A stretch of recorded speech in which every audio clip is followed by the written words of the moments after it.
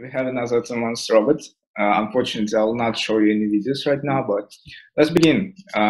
What is the concept of the warehouse robot?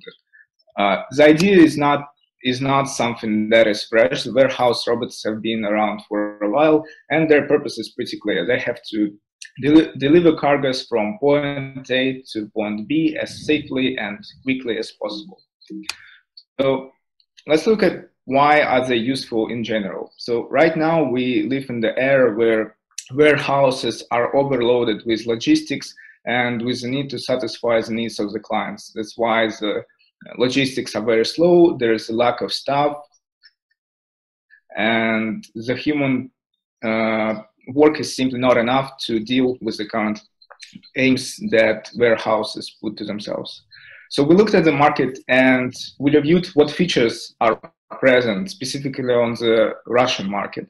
And we noticed that there's a couple of things that are missing from current robots for delivering cargoes like fertilizers or chemical substance or works for building materials.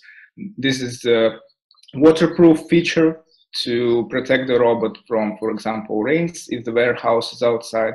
This is the assessment of environment, including stuff in the building. This is off-road features if the warehouse does not include perfectly perfect surface without any bumps.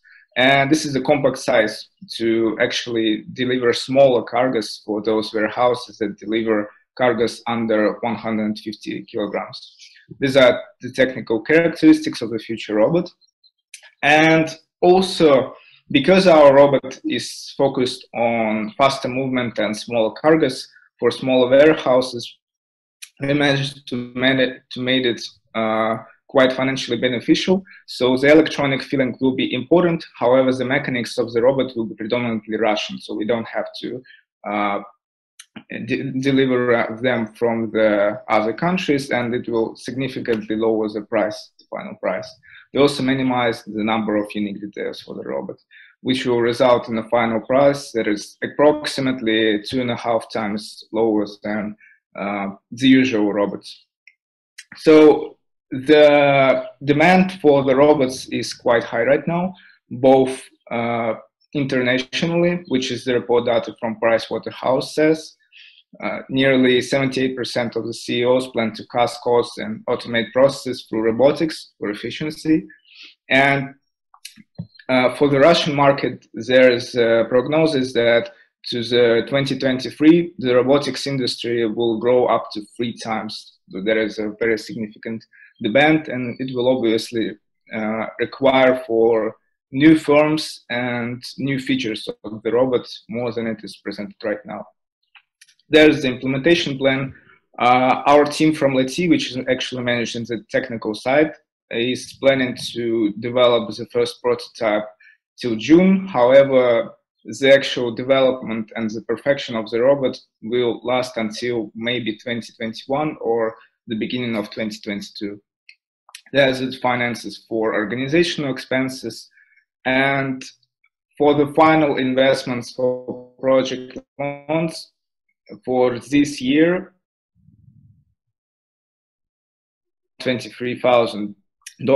So that will cover both the prototype development and the actual perfection of the prototype and the organizational expenses. So for example, if we need to hire more workforce or hire or maybe rent an extra building for building the prototype, that will all cover the costs.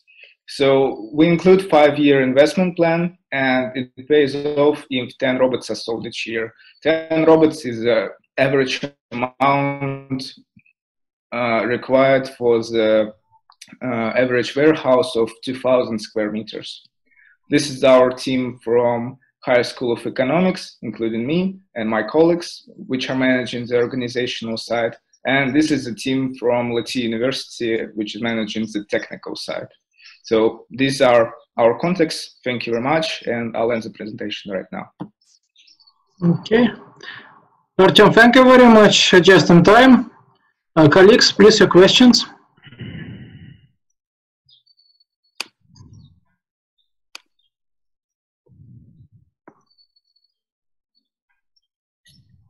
One question, is the meaning that this is really this kind of a cobot, that it can be working with, I mean, in the same area as the humans?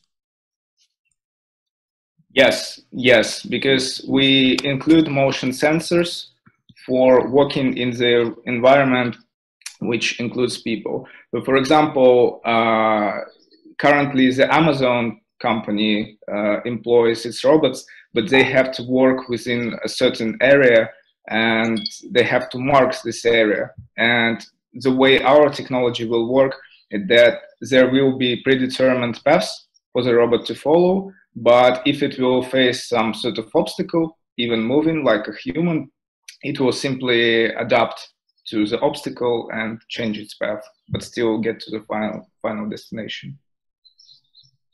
Okay, then one issue there is that probably you need quite a heavy certification process in some cases, because I mean the safety issues are important.